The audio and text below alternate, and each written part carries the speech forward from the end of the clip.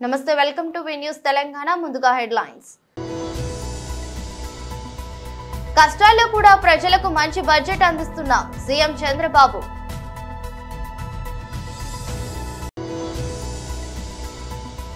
తాడేపల్లిలోని పార్టీ కేంద్ర కార్యాలయంలో ఎమ్మెల్యే తాటిపర్తి చంద్రశేఖర్ ఆంధ్రప్రదేశ్ సంక్షేమ అభివృద్ధి లక్ష్యంగా కూటమి ప్రభుత్వ తొలి బడ్జెట్ మంత్రి శ్రీ నాదెండ్ల మనోహర్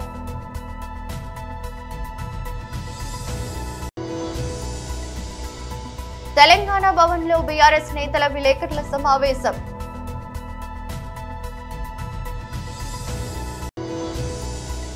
ఎక్స్ఎమ్మెల్యే మరియు బీజేపీ రాష్ట్ర ఉపాధ్యక్షుడు Shri NVSS Prabhakar press meet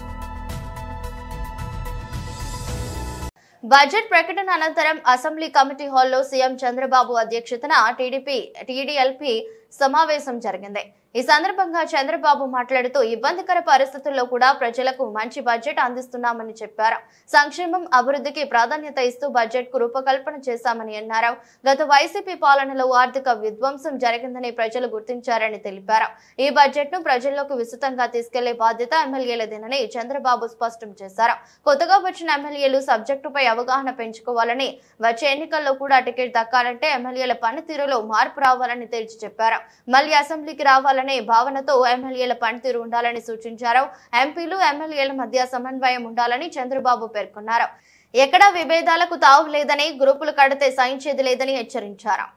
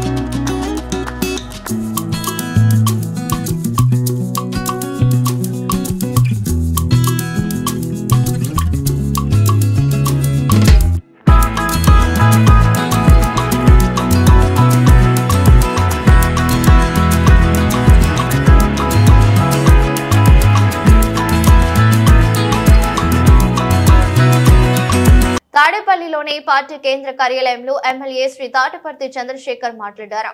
4.5 లక్షల ఎకరాలకి సాగునీరు అందించేటటువంటి ఈ బ్రహ్మాండమైనటువంటి ప్రాజెక్ట్, చాలా ఇంపార్టెంట్ అయినటువంటి ప్రాజెక్ట్ వెలుగొండ ప్రాజెక్ట్ మీద తన వక్ర బుద్ధిని చెప్పకనే చెప్పాడు, సూచించాడు. వారి మాటల్లోనే వారి మంత్రులు వచ్చినప్పుడు వారు చేసేటటువంటి ప్రసంగాల్లోనే వేల కోట్ల రూపాయల అవసరం ఈ ప్రాజెక్ట్ కంప్లీట్ చేయడానికని వారే మాట్లాడతారు. 2 టెన్నెల్స్ కంప్లీట్ అయిపోయినా కూడా చిన్న చిన్న వర్క్లకి దాదాపు 9 నెలల నుంచి ₹1 కూడా కేటాయించకుండా R&R ప్యాకేజ్కి ఏ రూపాయిని కూడా వారు ఖర్చు చేయకుండా ఈ రాష్ట్రంలో ఒక దగా ప్రభుత్వాన్ని నడిపిస్తూ వెలుగొండ ప్రాజెక్టుని నిర్వీర్యం చేసేటటువంటి ప్రయత్నం ఏ విధంగా చేస్తున్నారో ఇవాళ వారు ఇచ్చినటువంటి బడ్జెట్లో కూడా వారు కేటాయింపులు ఏ విధంగా చేశారో ఒకసారి కానీ చూస్తే ఈ రాష్ట్ర ప్రజలందరికీ కూడా అర్థమవుతుంది. పశ్చిమ ప్రాంతానికి సంజీవని అయినటువంటి ఈ ప్రాజెక్టుకి ఈ బడ్జెట్లో కేటాయింపులు చేసింది కేవలం 359 కోట్లు మాత్రమే. 9 నెలలు కంప్లీట్ అయిపోయింది. మరో సంవత్సరానికి బడ్జెట్ ఇచ్చేశారు. అంటే ఈ 2 సంవత్సరాలకు సంబంధించి 359 కోట్లు మాత్రమే ఖర్చు చేస్తే ఈ ప్రాజెక్ట్ కంప్లీట్ అవుతుందా? R&R ప్యాకేజ్కి దాదాపు 1000 కోట్లు ఖర్చు పెట్టాల్సి ఉంటే వీరు కేటాయించింది R&R ప్యాకేజ్కి 116 కోట్లు. ఈ 116 కోట్లతోటి ఎంతమందిని మీరు నిరాశ్రయులైనటువంటి వారికి ఈ చెల్లింపులు చేయగలుగుతారు? అంటే వెలుగొండ ప్రాజెక్ట్ అంటే మీకు ఇంత అశ్రద్ధ ఎందుకు? పశ్చిమ ప్రాంత ప్రకాశంలో ఉన్నటువంటి ఈ మండలాలంటే మీకు ఎందుకు ఇంత చిన్న చూపు? వ్యవసాయాన్ని ఆధారపడి వ్యవసాయాన్నే నమ్ముకొని బతికేటటువంటి రైతులు ఉంటే మీకెందుకు ఇంత చిన్న చూపు? ఈ యొక్క పశ్చిమ ప్రకాశంలో ఉన్నటువంటి నియోజకవర్గాల్లో వైఎస్ఆర్ కాంగ్రెస్ పార్టీకి బలమైనటువంటి ఓటింగ్ ఉండటమే మీ కడుపు మంటకి కారణమా? మీరు చెప్పినటువంటి మాటలకి సిద్ధాంతాలకి విలువలు లేవా? అంటే ఈ వెలుగొండ ప్రాజెక్టు అవసరం లేదా? నిజంగా ఇలాంటి దౌర్భాగ్య పరిస్థితి ఎందుకు వస్తుంది? ఈ చంద్రబాబు నాయుడు గారి ఈ ఆలోచన విధానాలు ఎందుకు మారట్లేదు? ఈ ప్రకాశం జిల్లాలో ఉన్నటువంటి తెలుగుదేశం నాయకులు ఎందుకు ముద్ర నిద్ర పోతున్నారు?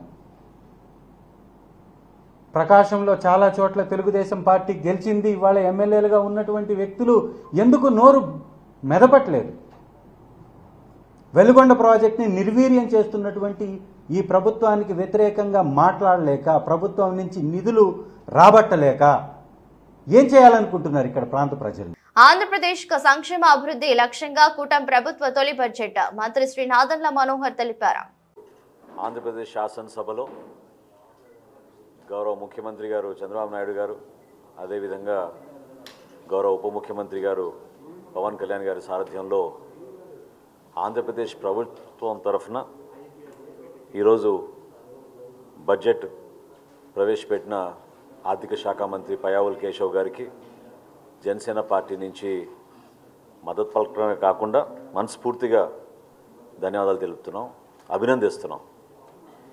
రాష్ట్రంలో ఈ రోజున ఉన్న ఆర్థిక పరిస్థితుల్ని బేరేజ్ వేసుకుని అనేక ఇబ్బందులకి గురైన మన ఆంధ్రప్రదేశ్కి గత పాలకులు ఏ విధంగా ఆర్థిక విధ్వంసాన్ని పాటించారో, ఎంత నష్టం కలిగించారో వీటన్నిటిని కూడా కూలంకుషంగా ఆలోచించుకుని చర్చించి లోతుగా అవగాహన వచ్చిన తర్వాత ఈ రోజున 3,22,359 కోట్ల రూపాయలతోటి బడ్జెట్ ప్రవేశపెట్టి ఆంధ్రప్రదేశ్ భవిష్యత్తు కోసం రాబోయే రోజుల్లో ఏ విధంగా ఒక మార్పు తీసుకురావాలనే ఒక చక్కటి సంకేతం పంపడానికి కోసం చేసిన ప్రయత్నాన్ని మనస్ఫూర్తిగా జనసేన పార్టీ నుంచి మేమందరం కూడా మా పార్టీ అధ్యక్షులు పవన్ కళ్యాణ్ గారి ఆదేశాల మేరకు ఈ బడ్జెట్ని మనస్ఫూర్తిగా మేము సమర్థించుకుంటూ ప్రజలకు తీసుకెళ్లాల్సిన బాధ్యత మాపైన ఉంది. ప్రత్యేకంగా క్యాపిటల్ ఎక్స్పెండిచర్ మూలధన వ్యయాన్ని ఏ విధంగా గత 4 సంవత్సరాల్లో ఏమాత్రం మౌలిక సదుపాయాల కల్పనలో కానివ్వండి, లేదా రాష్ట్రంలో పెట్టుబడులు రావడం కోసం ప్రధానమైన ఆకర్షితమైన నిధులు వైసీపీ ప్రభుత్వం ప్రవేశపెట్టలేదో దానిపైన ప్రత్యేకంగా ఈసారి సుమారు 47,000 కోట్ల రూపాయలు కమిట్ అవ్వడం అనేది నిజంగా మేమందరం కూడా హర్షిస్తున్నాం. రాబోయే రోజుల్లో రాష్ట్ర వ్యాప్తంగా అభివృద్ధి కార్యక్రమాలు జరగాలి. దానికి అవసరమైన ఈ క్యాపిటల్ ఎక్స్పెండిచర్ ఖచ్చితంగా ప్రజల్లోకి తీసుకెళ్లే విధంగా పారిశ్రామికవేత్తలు కానివ్వండి, ప్రతి గ్రోత్ కారిడార్లో కూడా మనం అభివృద్ధి కార్యక్రమాలు చేయడానికి ఈ 47,000 కోట్ల రూపాయల క్యాపిటల్ ఎక్స్పెండిచర్ ఉపయోగపడుతుందని మనస్ఫూర్తిగా మేమందరం కూడా ఈరోజు హర్షం వ్యక్తపరుస్తున్నాం. అదేవిధంగా సూపర్ 6 ఏదైతే ఎలక్షన్కి ముందు ఒక మేనిఫెస్టో రూపొందించి Telugu Desam party, Janasena party, Bharatiya Janata party కలిసి ప్రజల్లోకి తీసుకెళ్ళామో ఆ సూపర్ 6 అమలయ్యే విధంగా ఈరోజు ఈ బడ్జెట్లో చేసిన కేటాయింపులు మనందరం కూడా మనస్ఫూర్తిగా అభినందించాలి. ప్రజలకి ఉపయోగపడే విధంగా ఎప్పుడూ పేదవాడు ఆ కుటుంబాన్ని ఆదుకోవడానికి కోసం ప్రవేశపెట్టిన ఈ పెన్షన్ల పథకం ఎంత ఖర్చైనా సరే ప్రతి కుటుంబానికి అందించాలనే ఆలోచనతో తీసుకొచ్చిన కార్యక్రమాన్ని ఈ సూపర్ 6లో భాగంగా ఈ బడ్జెట్లో కూడా దాన్ని పూర్తి స్థాయిలో కేటాయింపులు జరిగినాయి. అదేవిధంగా దీపం 2 పథకం ప్రతి కుటుంబానికి సంవత్సరానికి తెలంగాణ భవన్లో బీఆర్ఎస్ నేతల విలేకరుల సమావేశం జరిగింది. ప్రభుత్వ చర్యల వల్లనే ఈరోజు అక్కడ వాళ్ళు ఒకవేళ చనిపోయి ఒక్కొక్క శవం వస్తుంది. ఇప్పుడు చనిపోతే దానికి కారణం ప్రభుత్వపై అవుతుంది. ప్రత్యక్ష సాక్ష్యాలు మేము కలిసినాం. నిన్న ఆ రోజు నైట్ డ్యూటీ చేసిన వాళ్ళని కలిసినాం. నైట్ డ్యూటీ దిగిన తర్వాత మీరు పోవద్దు, కూలుతుంది, పోవద్దు అని చెప్తే ఏం కాదు నడుస్తూనే ఉంటుంది ఇట్లా అని చెప్పి పంపిన సంఘటన. పోయిన తర్వాత ప్రత్యక్షంగా కూలుతుంటే పక్కన ఉన్నటువంటి వాళ్ళు కూడా కలిసినాం. నిన్న చాలా టీవీలు కూడా TV9 కావచ్చు అన్ని ఛానళ్ళు కూడా ప్రత్యేకంగా వాళ్ళతో మాట్లాడేటప్పుడు వాళ్ళే ప్రత్యక్షంగా వాళ్ళు లైవ్ కూడా తీసుకున్నారు. ఈటీవీ, ABN, టీ న్యూస్ వాళ్ళందరూ కూడా. మేము సీక్రెట్గా ఏం లేదు అక్కడ. 42 మంది రాత్రి డ్యూటీ చేసి వచ్చేటప్పుడు రాత్రి కూలుతుంది, నీళ్ళు వస్తున్నాయి, శబ్దం వస్తుంది, మీరు పోవద్దు అని చెప్పి మార్నింగ్ డ్యూటీ పోయే వాళ్ళని వాళ్ళు హెచ్చరించారు. అధికారులు కూడా చెప్పిన కనీసం 10 నిమిషాలు ఆగితే కూడా బతికేవాళ్ళంట వాళ్ళు. 15 నిమిషాలు 5-10 నిమిషాలు ఆగితే కూడా. బయటికి వచ్చిన వాళ్ళు మాకు చెప్పిర్రు భయంకరమైన శబ్దాలు వస్తున్నాయి అని చెప్పి, నీళ్ళు వస్తున్నాయని. అయినా పంపించారు. పంపిన తర్వాత పోయి ఒక 2 మీటర్లు 3 మీటర్ల దూరంలో ఉండి శబ్దం రాగానే బయటకి ఉరికొచ్చిన వాళ్ళతో కూడా మేము మాట్లాడాం. వాళ్ళు అక్కడ పోయి ట్రైన్ దిగి డ్యూటీ దిగగానే నీళ్ళు చాయ్ తాగుతామంటే కూడా తొందర పెట్టిరు. ఒక 5-10 నిమిషాలు చాయ్ తాగి నీళ్ళు తాగితే కూడా అది పడిపోతుండే మేము బయట నుంచి బయట వచ్చేవాళ్ళం సార్. మేము దిగి 5 నిమిషాలు కూడా మమ్మల్ని ఉండనీయలేదు. మేము దిగి లోపలికి పోయినాం. లోపలికి పోయిన వాళ్ళు 8 మంది అక్కడనే పడిపోయినరు, అక్కడనే ఇరుక్కపోయినరు. బయట వచ్చిన వాళ్ళు మేము బయటకు వచ్చినామని. ఈ సమయం 6 రోజులు అయినాక కూడా తట్టెడు మన్ని తీయలేదు. మేము ప్రత్యక్షంగా చూసినాం. ఒక 10-15 గంపల మట్టి, పచ్చి మట్టి వచ్చింది. దీనికి ఏ విధమైన సవాలుకైనా మేము సిద్ధం. అక్కడ ప్రత్యక్షంగా సిబ్బంది కూడా ఉన్నారు. రమ్మంటే రేపు వస్తాం మేము. 6 రోజులకు మీరు 6 గంపల మట్టి తీసి సహాయ చర్యలు ఎక్కడ కూడా మీరు చేస్తున్న నామమాత్రంగా, కానీ ఆశించిన ఫలితాలు లేవు అక్కడ. ఆశించినంత ఆ బెల్ట్ మూవింగ్ బెల్ట్ మొత్తం కూడా ఆగిపోయింది. దాని మరమ్మతులు చేయలేదు. మీరు వస్తున్నారు, గెస్ట్ హౌస్లో కూర్చుంటున్నారు. గెస్ట్ హౌస్లో కూర్చున్నట్టు ఉత్తమ్ కుమార్ రెడ్డి గారిని హరీష్ రావు గారు ఇరిగేషన్ మంత్రిగా చేసినాను. మా ఆయనలో 300 ఫీట్ల పైగా టన్నల్ మీద దోగిన అనుభవం ఉంది. ఇలాంటి టన్నల్ కూలిపోతే దాన్ని ఇమ్మీడియట్గా మరమ్మతులు ఎక్స్-ఎమ్మెల్యే మరియు బీజేపీ రాష్ట్ర ఉపాధ్యక్షుడు Shri NVSS Prabhakar press meet నిర్వహించారు. టన్నెల్ లెక్క సంఘటనల్లో ఇంకా కూడా వర్కర్ల యొక్క ఆచూకీ కానీ వాళ్ళ యొక్క క్షేమ సమాచారాలు కానీ ఇంతవరకు కూడా తెలియరాలేదు. ముఖ్యంగా ఈ టన్నెల్కి సంబంధించినటువంటి విషయంలో 2004 డాక్టర్ వైఎస్ రాజశేఖర రెడ్డి గారు ముఖ్యమంత్రిగా ఉన్నప్పుడు ఈ SLBC టన్నెల్ చేపట్టడం ద్వారా నల్గొండలో ఉన్నటువంటి ప్రజానికానికి మంచినీళ్ళు అందించాలన్నటువంటి అభిప్రాయంతోన GOMS 147 11/8/2005 డేటెడ్ 2813 కోట్లతో ఈ ప్రాజెక్టుకి అడ్మినిస్ట్రేటివ్ అప్రూవల్ ఇవ్వడం జరిగింది 2005లో 4లో. అప్పటి నుంచి ఇప్పటి వరకు చూస్తే పనులు పూర్తి కాల. ఆ తర్వాత క్రమంలోనే ఇది 4637 కోట్లకి ప్రాజెక్ట్ యొక్క విలువని పెంచడం కూడా జరిగింది. నాకు చాలా గుర్తుంది, జలయజ్ఞం చర్చా వేదికలలో నల్గొండలో జరిగినటువంటి ప్రాజెక్టు పైన చర్చా వేదిక సమయం సందర్భంలో ఆ ఒక్క కార్యక్రమానికి మాత్రమే, ఆ ఒక్క డిబేట్కి మాత్రమే కోమటిరెడ్డి వెంకటరెడ్డి గారు నేను ఇంజనీర్ని అని చెప్పని వచ్చారు. అంతకుముందు ఏ ఒక్క ప్రాజెక్టు డిబేట్లో కూడా కోమటిరెడ్డి వెంకటరెడ్డి గారు రాలా, ఒక్క డిబేట్కి వచ్చారు. నేను ఆ సమయంలో ప్రస్తావించినటువంటి అంశాలు రికార్డు కూడా చేపట్టాయి. అది టన్నెల్కి అనువైన ప్రదేశమా కాదా అన్నటువంటి అంశంలో అది అనువైన ప్రదేశం కాదు అని చెప్పని ఇంజనీరింగ్ నిపుణులు ఇచ్చినటువంటి నివేదికను నేను అక్కడ చూపించడం జరిగింది, ప్రస్తావించడం జరిగింది. జియాలజిస్టులు అందించినటువంటి సమాచారం యొక్క వివరాలను కూడా నేను అక్కడ చూపించడం జరిగింది. డ్రిల్లింగు ఓపెన్ బ్లాస్టింగ్తోనే ఆ కాలువ చేపడితే సాంకేతికంగా కానీ ఎక్కువ కాలం కానీ మనుగడ అంతరిక్షంలో అత్యంత అరుదుగా చోటు చేసుకునే ప్లానెటరీ పరేడ్ ను జోష్ డ్యూరీ అనే ఫోటోగ్రాఫర్ తన కెమెరాలో బంధించాడు. మొత్తం 8 గ్రహాలు కనిపించేలా ఫోటో తీశాడు. ఈ నెల 22న ప్లానెటరీ పరేడ్ జరిగింది.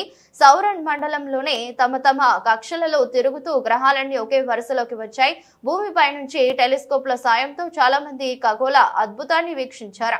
భారత్ లో ఈ రోజు రాత్రి అద్భుతాన్ని చూడొచ్చు. మిగతా 7 గ్రహాలను టెలిస్కోప్ల సాయంతో చూడొచ్చని శాస్త్రవేత్తలు చెబుతున్నారు. సూర్యుడికి అత్యంత దగ్గరగా ఉండే బుధ గ్రహం నుంచి దూరంగా ఉండే నెప్ట్యూన్ వరకు మొత్తం 7 గ్రహాలను భూమిపై నుంచి చూడగలిగే అరుదైన అవకాశం మళ్ళీ 40 ఏళ్ల తర్వాత వస్తుందని వివరించారు. చివరిసారిగా 1982లో అంతరిక్షంలో ఈ ప్లానెటరీ పరేడ్ జరిగిందని చెప్పారు. ఫోటో ఎలా తీశాడంటే అంతరిక్ష ఫోటోగ్రాఫర్ గా పేరొందిన జోష్ డ్యూరే ఈ నెల 22న జరిగిన ప్లానెటరీ పరేడ్ ను కెమెరాలో బంధించేందుకు ఇంగ్లాండ్ లోని సోమర్ సెట్ అనే గ్రామాన్ని ఎంచుకున్నారు. అక్కడే మెండిప్ హిల్స్ కొండలపై నుంచి విశాలమైన ఆకాశం బాగా కనిపిస్తుంది. మొత్తం 7 గ్రహాలను ఒకే ఫోటోలో బంధించేందుకు పనోరమా మేడ్ ను ఉపయోగించినట్లు డ్యూరీ చెప్పారు. సూర్యుడికి అత్యంత సమీపంలో ఉండే బుధుడిని అలాగే నెప్ట్యూన్, సాటర్న్ గ్రహాలను గుర్తించడంలో కాస్త ఇబ్బంది పడినట్లు వివరించారు. అయితే ఇమేజ్ అనాలిసిస్ ఆస్ట్రానమీ యాప్ల సాయంతో గ్రహాలను గుర్తించానని చెప్పారు. పనోరమా మేడ్ లో షిప్ ఐ లెన్స్ల సహాయంతో 7 గ్రహాలను ఒకే ఫ్రేమ్ లో బంధించినట్లు డ్యూరీ వివరించారు. 2 తెలుగు రాష్ట్రాల్లోని ప్రభుత్వ ఉపాధ్యాయుల అక్రమ వ్యాపారాలపై అడ్వకేట్ సురేష్ మహారాజ్ ప్రశ్నించారు.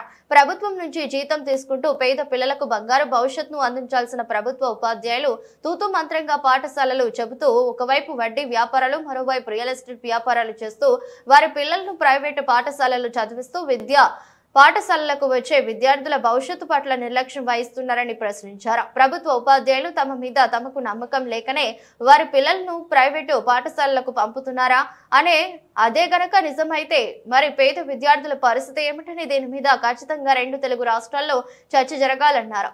యూనియన్లు పేద ప్రజల బాగు కోసం పనిచేయాలని, అక్రమ వ్యాపారాలు చేసే వారికి అండగా నిలవకూడదన్నారు. జోగులాంబ గద్వాల జిల్లా డిఈఓ గారికి కూడా ఫిర్యాదు చేయడం జరిగింది. ఎందుకంటే ప్రభుత్వ ఉద్యోగులు, ప్రభుత్వ ఉపాధ్యాయులు ప్రభుత్వ పాఠశాలకి వచ్చేవారంతా పేద ప్రజల పిల్లలు. వారి జీవితాలు, వారి భవిష్యత్తు గురించి ఆందోళన చెంది ఈ నిర్ణయం తీసుకోవడం జరిగింది. స్థానికంగా ఉద్యోగులు, ప్రత్యేకంగా ఉపాధ్యాయులు రియల్ ఎస్టేట్ వ్యాపారాల్లో మునిగి స్కూల్కి సరిగా రాకుండా, పాఠాలు సరిగా చెప్పకుండా వీళ్ళ కాన్సన్ట్రేషన్ అంతా రియల్ ఎస్టేట్ వ్యాపారాల్లోనూ, వడ్డీ వ్యాపారాల్లోనూ,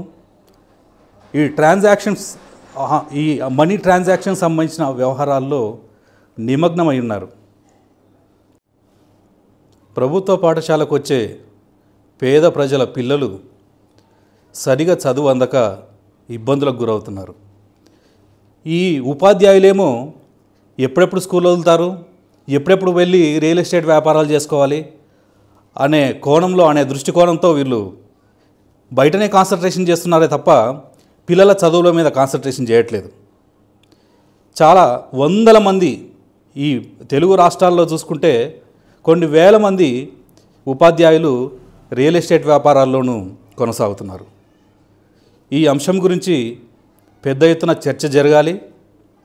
వీరికి ప్రత్యేక చట్టాలు తీసుకొచ్చి ఆ ఉద్యోగం నుంచి సర్వీస్ను రద్దు చేయాలి. లేదంటే కనుక పేద ప్రజల పిల్లలు ఇదే విధంగా వీళ్ళ జీవితాలు కొనసాగుతాయి. ఈ టీచర్ల పిల్లల్ని మాత్రం ప్రైవేట్ స్కూల్లో జాయిన్ చేపిస్తారు. అంటే వీళ్ళు సరిగా చదువు చెప్పట్లేదా, వీళ్ళ మీద నమ్మకం లేక ప్రైవేట్ స్కూల్లో వదులుతున్నారా? ఆ పరిస్థితి ఎందుకు వచ్చింది? ఒక్కరంటే ఒకరు కూడా ప్రభుత్వ పాఠశాలకు పంపించిన టీచర్ లేడు. రాష్ట్ర వ్యాప్తంగా దీన్ని సర్వే చేసుకోండి. వాళ్ళ పిల్లల్ని ప్రభుత్వ పాఠశాలలో జాయిన్ చేయించండి, వారికి చదువు చెప్పండి. వీళ్ళేమో పేద ప్రజల పిల్లలకు చదువులు చెప్పి వీళ్ళని ఆగం పట్టిస్తున్నారు. వాళ్ళ పిల్లలనేమో ప్రైవేట్ స్కూళ్ళలో ప్రైవేట్ హాస్టల్లో పెట్టి చదివించుకుంటున్నారు. ఇక్కడేమో ప్రభుత్వ పాఠశాలలో చదివినటువంటి పిల్లలు ఈరోజు మొబైల్కి అడిక్ట్ అయ్యి వాళ్ళ జీవితాలు నాశనం అయిపోతున్నాయి. గేమ్స్కి అడిక్ట్ అవుతున్నారు. ఇళ్ళ కాడ సరిగా చదవడం లేదు. వీళ్ళేమో రామగుండం నియోజకవర్గంలో ట్రాన్స్జెండర్ శివాని పట్టభద్రుల ఎమ్మెల్సీ ఎన్నికల్లో ఓటు హక్కు వినియోగించుకుని శభాష్ అనిపించుకున్నారు. ఇలాంటి ప్రలోభాలకు లోను కాకుండా నిజాయితీగా ఓటు వేసి సరైన వ్యక్తిని ఎన్నుకోవాలని ఆమె సూచించారు.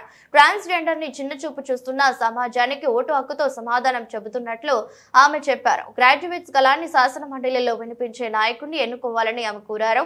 దేవుడు ఇచ్చిన వైకల్యాన్ని జయించి శివాని సమాజానికి ఆదర్శంగా నిలుస్తున్నారని పలువురు ఆమెను అభినందించారు.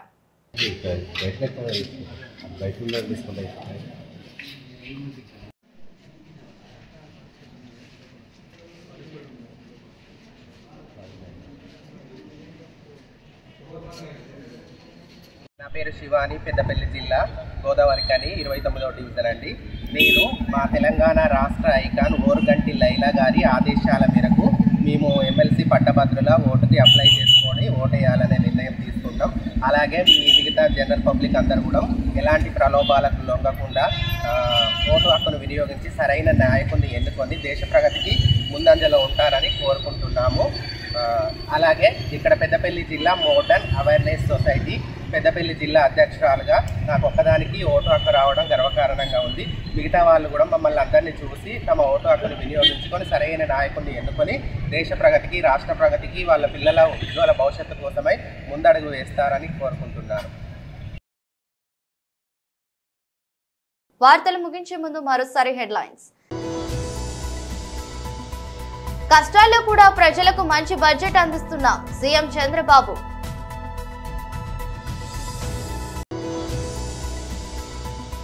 తాడేపల్లిలోని పార్టీ కేంద్ర కార్యాలయంలో ఎమ్మెల్యే తాటిపర్తి చంద్రశేఖర్. ఆంధ్రప్రదేశ్ సంక్షేమ అభివృద్ధి లక్ష్యంగా కూటమి ప్రభుత్వ తొలి బడ్జెట్ మంత్రి శ్రీ నాదెండ్ల మనోహర్.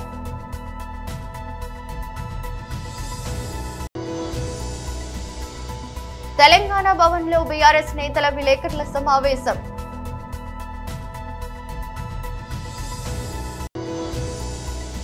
ఎక్స్ఎమ్మెల్యే మరియు బీజేపీ రాష్ట్ర ఉపాధ్యక్షుడు Shri NVSS Prabhakar press meet. ఇది రోజు బులెటిన్. మరో బులెటిన్లో మళ్ళీ కలుద్దాం. అంతవరకు సెలవు. నమస్కారం.